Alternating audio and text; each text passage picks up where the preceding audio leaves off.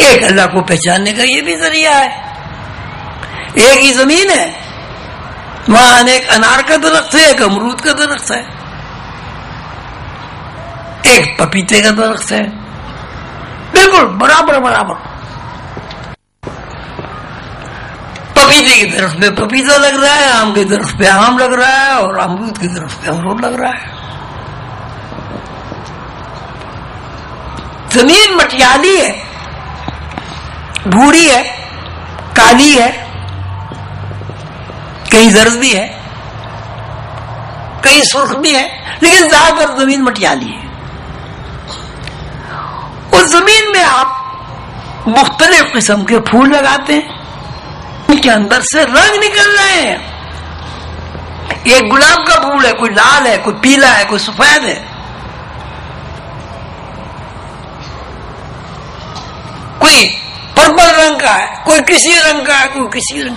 اسی زمین کے اندر سے خوشبو پھیل رہی ہے، خوشبو پھول رہی ہے. رات کی رانی ہے، پورے گھر کو مہکا رکھا ہے. اسی زمین کے اندر سے لیمو نکل رہا ہے، اسی زمین کے اندر سے کڑوا پھل نکل رہا ہے، اسی زمین کے اندر سے کانٹے نکل رہے ہیں، اسی زمین کے اندر سے ترکاریاں نکل رہی ہیں، اسی زمین کے اندر سے معدنیات نکل رہی ہے، نمک نکل رہا ہے، گیس نکل رہی ہے، مٹی کا تیل نکل رہا ہے، پیٹرول نکل رہا ہے.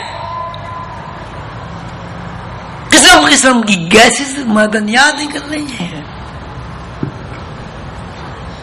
یہ بھی ایک اللہ تعالیٰ کا ان فی ذالک لآیات لأولی الالباب.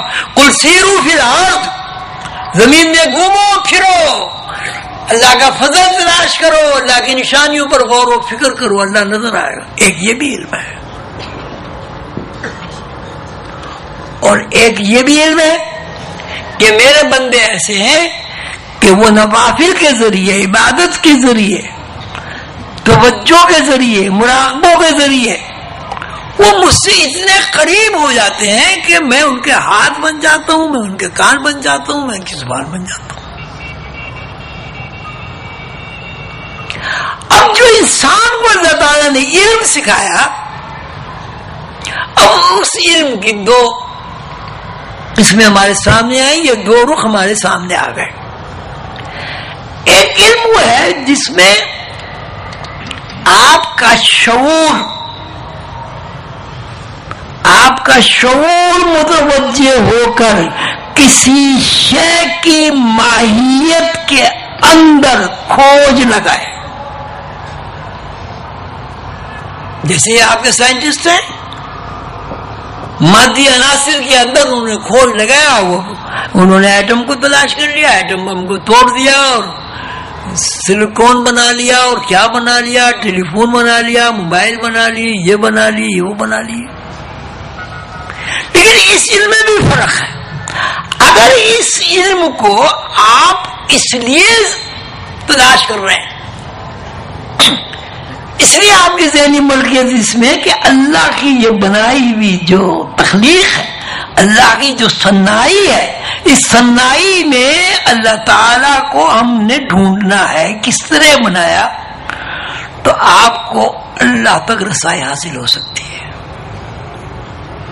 لیکن آپ اسی علم کو اگر آپ دنیاوی آسائش کے لیے ڈھونڈیں گے، تلاش کریں گے، تو یہ سارا علم آپ کے لیے ایک دنیاوی آسائش بن جائے گا، ایک دولت کمانے کا ذریعہ بن جائے گا، جیسے آج کے دور میں ہے.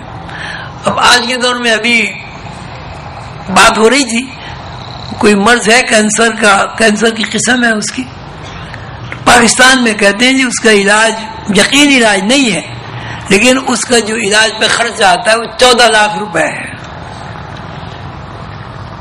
میں اکثر میں ڈاکٹر صاحبان مجھے ملتے ہیں، میں کہتا ہوں بھائی عجیب تماشا ہے، امراض کے علاج کی طرف تو ریسرچ ہو رہی ہے، لیکن اس بات پر کوئی ریسرچ نہیں ہو رہی کہ امراض پیدا نہ ہو. کیوں؟ اس لیے اگر اس بات پر ریسرچ ہو گئی اور ساری قوم اور سارے سائنٹسٹ اور سارے دانشور متوجہ ہو گئے کہ امراض پیدا نہ ہو، تو کیپٹلزم ختم ہو جائے گا. اب دیکھیں روز روز نئے مرض پیدا ہو رہے ہیں، تو بس اس کی تو صفائی رکھو، ستھرائی رکھو، غذا اچھی ہو، فلاں ہو. حالات ایسے پیدا نہیں ہوتے کہ انسان صاف ستھری غذا کھا سکے. ایک یہ بھی ایک ریسرچ ہے. اس ریسرچ میں کیا ہوتا ہے کہ انسان مزید دنیا میں غرق ہو جاتا. لیکن اگر یہ ریسرچ اللہ کے لیے ہو کہ اللہ کی نشانیاں ڈھونڈنی ہے، بھئی درخت میں بھی اللہ کو ڈھونڈنا ہے، پانی میں بھی اللہ کو ڈھونڈنا ہے، بارش میں بھی اللہ کو ڈھونڈنا ہے، تو آپ کو اللہ ملے. آپ کو ہم بارش میں اتنی ہائیڈروجن ہوتا ہے، اتنی آکسیجن ہوتی، آسمان میں یہ ہو جاتا ہے، وہ ہو جاتا ہے، بارش برس جاتی ہے. ابھی زلزلہ آیا. اللہ تعالیٰ ہم سب کو اس ایمان میں رکھے. مذہبی تعلیمات کے مطابق تو یہ عذاب ہے. شروع میں 2-4 دن تو باتیں ہوئی اللہ کا عذاب ہے، دعا کرو، استغفار کرو، لوگوں نے نمازیں بھی پڑھی، اللہ کی طرف متوجہ بھی ہوئے. پھر وہ کیا کہتے ہیں، وہ پتہ چلا کہ نہیں جی زلزلہ عذاب ہوگا. زلزلہ تو زمین کی ایک ضرورت ہے. یہاں زلزلہ آیا، وہاں زلزلہ آیا. ایک میں پروگرام دیکھا، وقار صاحب کسی یونیورسٹی کے کوئی صاحب سے ان سے مذاکرہ کر رہے تھے. وہ ثابت کرنے کی کوشش کر رہے تھے کہ زلزلہ عذاب نہیں ہے، یہ زمین کی ایک ضرورت ہے. پلیٹیں یوں کھسک جاتی ہیں، پلیٹیں یوں کھسک جاتی ہیں، فلاں زون ہے، فلاں یوں ہے، فلاں یوں ہے. اب یہ بھی ایک ریسرچ ہے. بات اصل یہ کہ انسان کی جو بنیادی اور روحانی ضرورت ہے وہ یہ ہے کہ انسان کا اللہ سے تعلق قائم ہو. تعلق قائم ہوگا تو اللہ کی طرف ذہن جائے گا.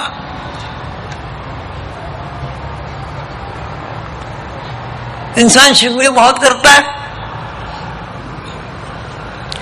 لیکن میں نے نہیں دیکھا میری سمیت کہ کسی نے آنکھ کا شکر ادا کیا ہو. اللہ تعالیٰ نے ہم سب کو آنکھیں دی، سارا جہان روشن ہے. ہم رات کو سوئیں، صبح کو ہماری آنکھیں نہ ہوں، کیا ساری دنیا اندھیر نہیں ہو گئی ہے؟ لیکن کبھی کسی آدمی نے آنکھ کا شکریہ ہی ادا نہیں کیا. کبھی یہ سوچا ہی نہیں کیا کہ آنکھ کیا چیز ہے، کہ ساری دنیا روشن ہے اور انسان کو پتہ ہی نہیں کس طرح روشن ہے. ابھی جو ڈاکٹر لوگ ہوتے ہیں، آئی اسپیشلسٹ، وہ جو کچھ بتاتے ہیں وہ بھی ایک قیاسی چیز ہے، لیکن کسی اندھے کو وہ ٹھیک نہیں کر سکتے. چلو اگر وہ جانتے بھی ہیں تو کتنے سے جانتے ہیں. اللہ تعالیٰ جب یہ کہتے ہیں علم الاسماء کلہا، کہ میں نے آدم کو اپنی صفات کے، اپنی تخلیقی فارمولوں کا، اپنی مشیت کا، اپنی قدرت کا، اپنی اختیارات کا، اپنی حاکمیت کا سارا علم انسان کو سکھا دیا ہے. وہ علم ہم نہیں سیکھتے.